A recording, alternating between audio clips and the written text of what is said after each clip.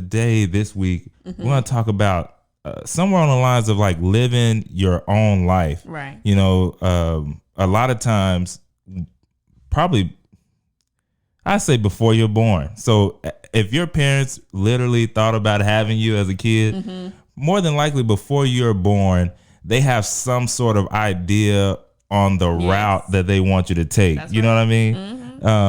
We do, and we don't even have kids. That's what I'm saying. So, and that happens to almost everyone. And it takes like someone really who wants to break that mold or do something different or just rebel to actually not go down that route. But for most people, or for a lot of people, they really get, sucked down and stuck into that path that the parents have them on, or the family.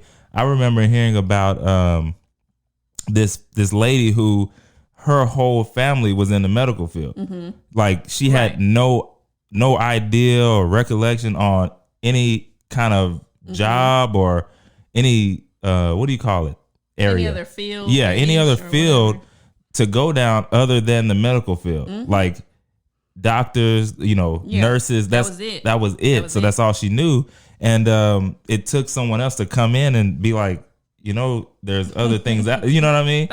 You really don't like this. Why don't you try doing something else? Yeah. Like, what is something else? What is that? No, but for most people though, that does happen. And what made this podcast or this actual episode come up is I saw that Meghan Markle and Prince Harry, they finally got settled into their California home, all the way from the UK. And I think she was doing like a Zoom call with someone for a charity, and pretty much the whole article or everything that was all on her mantle fireplace in the new home. Dang. That's what it was really about. Okay. What I got out of it was Prince Harry made a huge decision, like all the way from the very beginning to even marrying her. Right. Like he went out of line. Way out of line. Yeah. And out of character for someone in his position. Man. To even marry a regular girl. Yeah. From the U.S. And black. And black. Yeah, I mean, like, I you don't want to bring that out, but that's for real. That's for real. I don't care what percent she is. It definitely played a part in the hate that they got. Oh, for sure. And like you said, the fact that she also was a regular girl from the United States. For like, what? What did you do? There's a slew of women over here who are ready. They've been trained. Their whole lives. And you want to go get this one. Yeah, so that's what they say. They and so they now live in Montecito. I don't know. That's how you say that. Yeah, Montecito, California. And that was just so like, you forget about news comes and then it goes. And I forgot. It's been a while. I forgot. Like 2018 was when they were having all that big, all the news. Yeah, even between her, what you would call sister-in-law. Oh, you're talking like about all of that, drama. All of that, all like drama. Yeah, and that stuff passes by and you just forget all about it. But I was even looking. I was looking at like even like before him, there was a king, King Edward the VIII. He actually abdicated. I didn't know what that word was. I looked it up. Renounced. So. King Henry gotta be fancy. I know. It's UK. This is England. So King Henry VIII, King Edward the VIII, he renounced his throne back in 1936 to marry an American woman. So I don't know if it was because he was the king or what, but he had to just renounce the whole throne just to marry her. I mean, I don't think he had to do that. Like he was still the prince. So even now he still is. But that was just crazy to me. I'm like, man, could you imagine having to let go of everything just to marry the person you love? And I think that really speaks volumes about the kind of person he is. Yeah. So yeah, Prince Harry, man, that's crazy because he gave up money from the public to be able to marry her and live his life, right? The way he wants to. Right. Because that's what this is about, is living your own life. He could have stayed with her and they could have lived in Buckingham Palace and they would have had to abide by the rules and stay and do.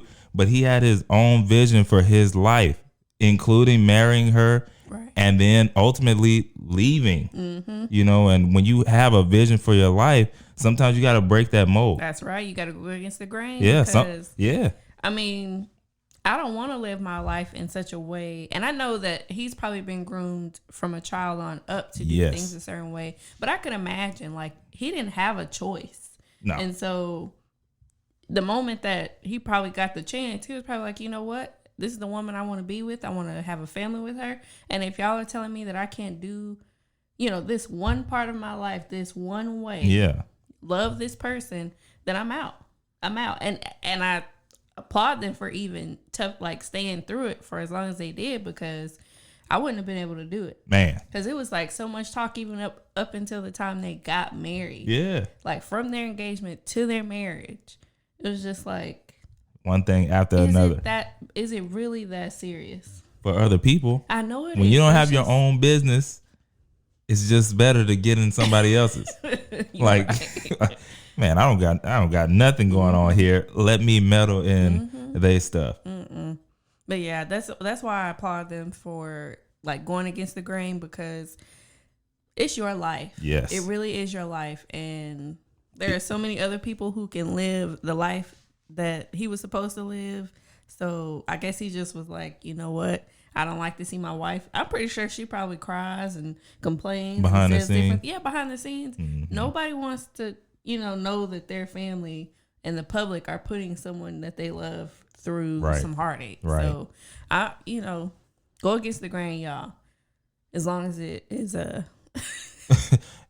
for a good, for a good reason. And this is for a good cause. I mean, this is the woman that he loves. He has babies by her. Yeah. And you know what I'm saying? Like, do what you got to do for you. Yeah, and apparently, I mean, this is how much he loved her, y'all. He had to pay back $3 million.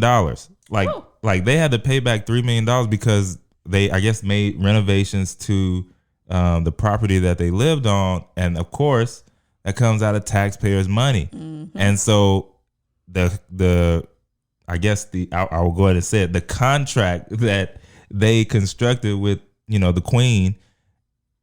That was one of the stipulations, like, pay back that taxpayers' money. And so at least that would keep all those people from talking. Like, that won't be something that you can hold over their head. Yeah, that won't be something they can hold over their head. But, I mean, the fact that, look, I'm willing to pay back $3 million because I want us to have a different type of life.